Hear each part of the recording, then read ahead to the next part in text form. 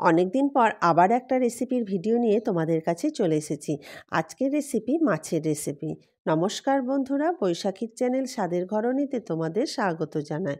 আর আজকের এই রেসিপি বানানোর জন্য মশলা হিসাবে আমি নিয়ে নেব সর্ষে, পোস্ত আর কিছুটা কাজু, আর দিয়ে দেব স্বাদ মতো লঙ্কা। সব একসঙ্গে আমি শিলনোড়ায় বেটে নিয়েছি।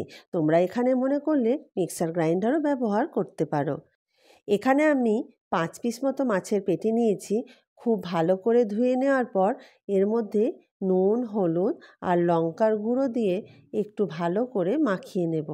মাখিয়ে নেওয়ার পর এটাকে কিছুক্ষণ রেখে দেব। বাজারে বেশ বড় সাইজের একটা রুই মাছ পেয়েছিলাম, আর সেখান থেকেই আমি এই রকম পেটি কেটে নিয়ে এসেছি। বড় মাছের পেটির টেস্ট কিন্তু বেশ সুন্দর হয়। চলো এবার মূল রান্নায় চলে যাই। কড়াইয়ে দিয়ে দেব সর্ষের তেল। প্রথমে আমি মাছ ভাজবো না, আগে আমি পেঁয়াজটা ভেজে নেব। এখানে পেঁয়াজ আমি খুব লাল করে ভাজবো, অর্থাৎ বেরেস্তার মতো করে ভেজে নেব।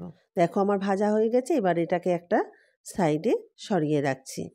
এবার ওই যে তেলটা বেঁচে গেল, ওই তেলের মধ্যে আমি এবার মাছগুলো ভেজে নেব। আর আগে যদি পেঁয়াজটা একটু ভেজে নাও, তাহলে কি হয়, মাছগুলো আর দেখবে কড়াইয়ের মধ্যে লেগে যাবে না, কারণ কড়াইটা বেশ ভালোভাবেই গরম হয়ে যায়। মাছও খুব ভালো করে ভেজে নিয়েছি। এবার এটাকেও একটা পাত্রের মধ্যে তুলে রাখছি। এবার যে তেলটা বেঁচে গেল, আমি আর বাড়তি তেল ব্যবহার করছি না। ওই তেলের মধ্যে দিয়ে দিলাম কিছুটা শুকনো লঙ্কা আর কিছুটা কালো জিরে। একটু নাড়াচাড়া করে নেব। তারপর যে পেস্ট তৈরি করে রেখেছিলাম সেই পেস্ট এর মধ্যে দিয়ে দেব। সর্ষে পোস্তর পেস্ট দিয়ে দেওয়ার পর খুব বেশি নাড়ব না, কারণ সর্ষে তেলের মধ্যে বেশি নাড়লে একটা তিতকুটে ভাব চলে আসে। তাই অল্প সময় ধরে এটাকে একটু কষে নেব। মাছের পেটি একবার আমার মতো করে এইভাবে রান্না করে দেখবে, খুবই ভালো রান্না হবে। আর গরম গরম ভাতের সঙ্গে তো এই রেসিপি দারুণ জমে যায়।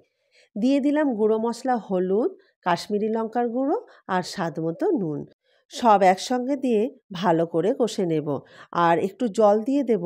মশলার মধ্যে অল্প একটু জল দিলে দেখবে কষানোটা খুব ভালো হয়। অনেক দিন পর আজ আবার আমি তোমাদের কাছে ভিডিও শেয়ার করলাম। তোমরা অনেকেই জানো যে ওয়েস্ট বেঙ্গল বোর্ডের মাধ্যমিক পরীক্ষা চলছিল। তাই ব্যস্ততার কারণ বলো আর সময়ের অভাবেই বলো, দুটো কারণেই কোনো ভিডিও আমি রেডি করতে পারিনি। তোমরা সবাই জানো যে একটা ভিডিও বানাতে গেলে কতটা সময় লাগে। আর একা হাতে যখন আমাকে সব কিছুই করতে হয়, এডিটিং করা বলো, ভিডিও শ্যুট করা বলো, সবই আমাকে একাই যখন করতে হয়, তখন তো একটু সময় লাগবেই। তারপর সব ব্যস্ততা কাটিয়ে আমি তোমাদের কাছে এবার চলে এসেছি। গরম জল দিয়ে একটু ঢাকা দিয়ে রেখে দেব। দেখো গ্রেভিটা একদম রেডি হয়ে গেছে। এবার ভেজে রাখা মাছের টুকরোগুলো এর মধ্যে দিয়ে দেব। আর একটা জিনিস এর মধ্যে দিয়ে দেব, যে জিনিসটা দিলে রান্নার টেস্টটা বেড়ে যায়। হ্যাঁ, যে বেরেস্তাটা ভেজে রেখেছিলাম সেই বেরেস্তা এবার ওপর থেকে এই রকমভাবে ছিটিয়ে দেব।